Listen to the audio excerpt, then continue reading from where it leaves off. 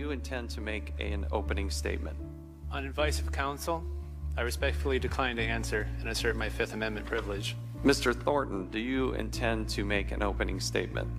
On the advice of counsel, I respectfully decline to answer and assert my Fifth Amendment constitutional privilege. Mr. Combetta, did you produce your immunity agreement this morning as required under the subpoena? On advice of counsel, I respectfully decline to answer and assert my Fifth Amendment privilege.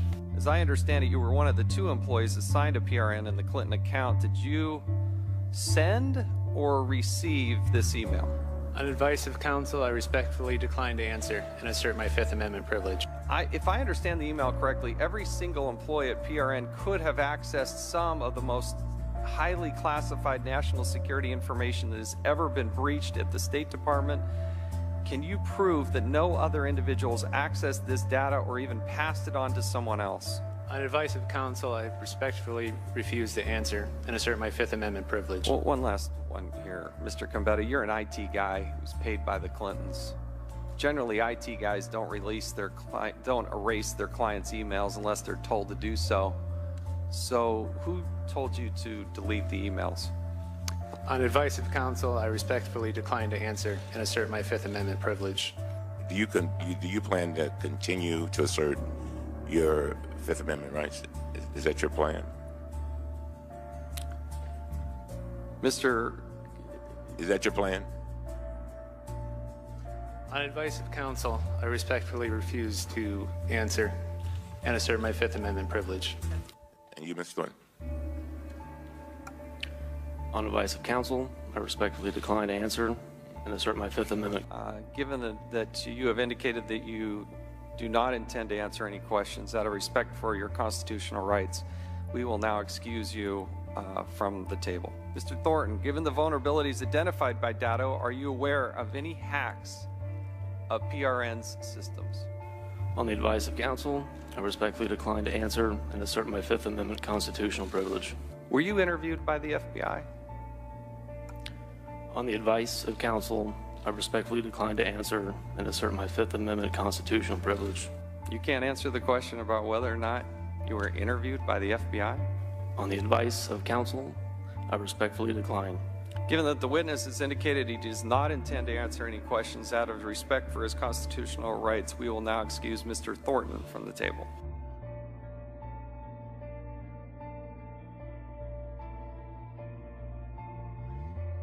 A masked and hooded pro-choice activist smashed pro-life signs on display at Ohio University. The display was created by members of a group called Created Equal. After beating the posters and objects with a club, the attacker turned toward a pro-life staffer who confronted him, threatening him with violence. Law enforcement was then called to the scene. Mark Harrington, National Director of Created Equal, said hooded and masked thugs behaving violently towards a discriminated minority brings back memories of the KKK. In this case, preborn babies are the object of the hatred. Ohio University police are still looking for the suspect. To the index of other news, in a home invasion stopped in its tracks, a woman in Georgia confronting 3 armed suspects, retrieving a handgun and exchanging fire inside her home. One of the suspects later died. Authorities tonight asking for the public's help identifying the 2 other suspects. Yahoo confirming a massive hack tonight. The web portal confirming today it believes a state-sponsored actor stole information from 500 million customers at the end of 2014. The stolen information could include names, emails, passwords. Yahoo is contacting users who may have been targeted. The FBI is investigating. And a type of bumblebee may soon be added to the endangered species list. Federal wildlife officials recommending the rusty-patched bumblebee to the list after the insect count has disappeared by 90% over the past 2 decades. When the State Department declared that Christians in Syria and Iraq were facing genocide, many hoped support for those communities would follow, but it has not. New Jersey Congressman Chris Smith has introduced bipartisan legislation that would provide relief to victims of genocide in Iraq and Syria and hold accountable those responsible.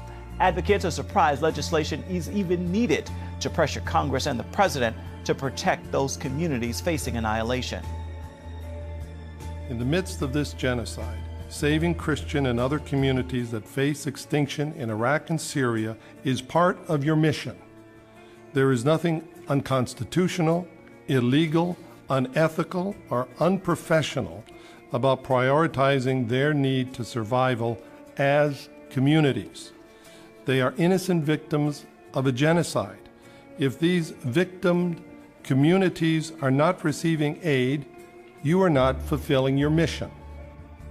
Some also expressed grave concerns more Christian refugees have not been accepted into the United States.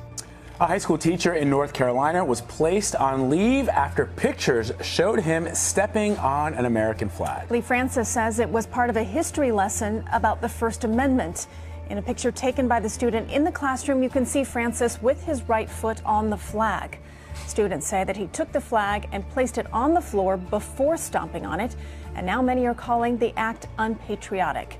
Francis says that he has received hundreds of angry emails, even death threats. I put it on the ground, and I'd use my right foot and I'd take 2 steps on it. And immediately 2 kids get out of the room. We have a level of students that are mature and are expected to be mature. And so, no, that was not the reaction I was expecting. Francis continued to defend his actions, saying the case that he was teaching about directly protects this type of freedom of speech. That is the Texas versus Johnson case. And now that 1989 case looked into whether flag burning constitutes symbolic speech protected by the First Amendment. The ruling was, yes, it does. A Rhode Island man has been convicted of plotting a lone wolf attack for the Islamic State. Nicholas Ravinsky pled guilty to conspiracy, including a plot to behead conservative blogger Pamela Geller. Prosecutors said he wanted to murder Geller for her outspoken criticism of Islam. Ravinsky faces a sentence of between 15 and 22 years. Disturbing video to show you now the harsh consequences of overdosing on opiates. And we want to warn you that this is hard to watch for so many of you. You can see a mother right now lying unconscious on a store. You're about to see it. Store floor with her 2-year-old daughter as she cries so desperately. There's a video. They are trying to wake up her mom. The woman collapsed from an apparent drug overdose in an aisle of a Family Dollar store in Lawrence, Massachusetts. Just heartbreaking there. It really is. A clerk called 911. Paramedics arrived just a short time later. They were actually able to revive the woman with Narcan, which is used to actually reverse opioid overdoses. She now faces child endangerment charges, but investigators say that they do not have enough evidence to actually charge her with any drug-related violations. On Capitol Hill, a U.S. senator is looking into the legality of President Obama's transgender bathroom guidance to every public school in America. Oklahoma Senator James Lankford says too often the Obama administration attaches new regulations to old laws in order to get around Congress. His subcommittee on regulatory affairs this week questioned representatives from the Departments of Labor and Education about how they justify the sweeping guidance. I mean, they just created this really odd rule that takes away people's individual privacy for the sake of preference for another group. We need to be able to protect all groups in this process and to be able to honor. They need to have some basic what's called notice and comment. They created this rule, didn't ask anyone, just tried to impose it. That's not how we are as Americans. We're still a country of the people, by the people, for the people. And when the people get cut out, it doesn't work. Last month, a federal judge in Texas blocked the president's bathroom guidance. The Supreme Court is now deciding whether to hear the case.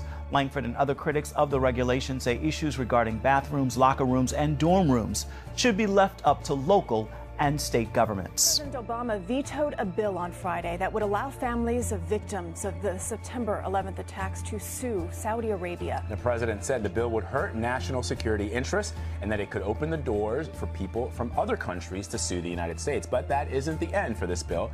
Congress is expected to override the veto for the first time in President Obama's presidency. IRS Chief John Koskinen faced angry Republicans in Congress Wednesday over the IRS treatment of conservative groups in 2010 and 2012.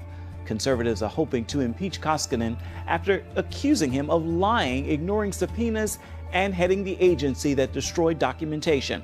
Congressman Jason Chaffetz of Utah told Koskinen he should pay the price for destroyed documents that are considered evidence.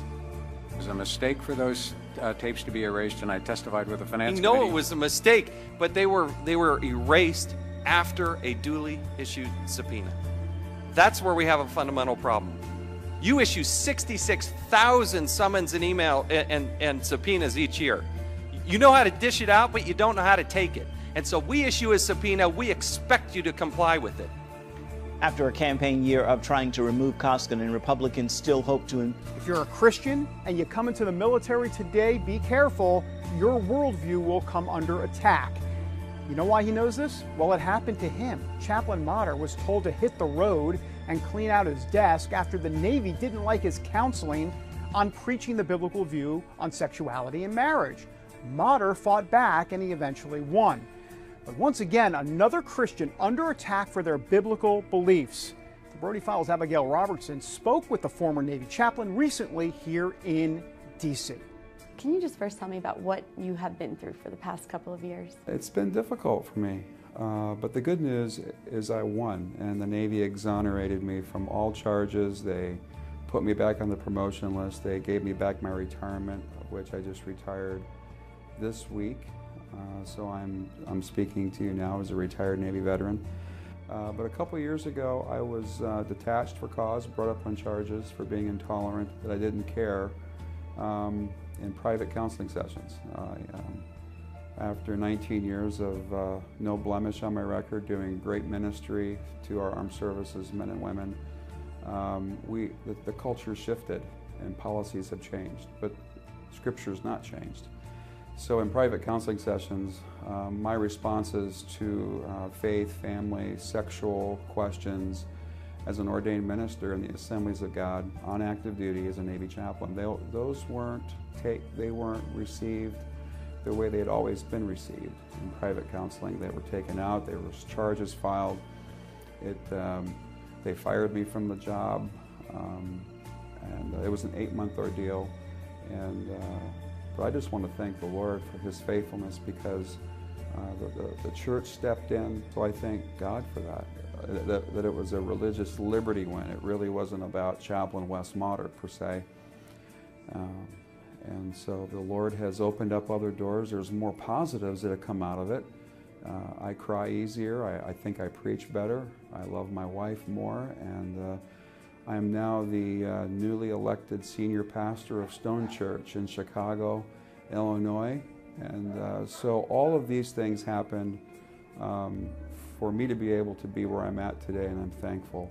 I'm thankful for that. After you won your case, first of all, what was your reaction to that? The first thing I did when I got the paperwork, I drove home, tried to not be emotional, and I hugged my wife, and I held her, and we cried, and thanking and praising God for His faithfulness, because really it's nothing short of a miracle.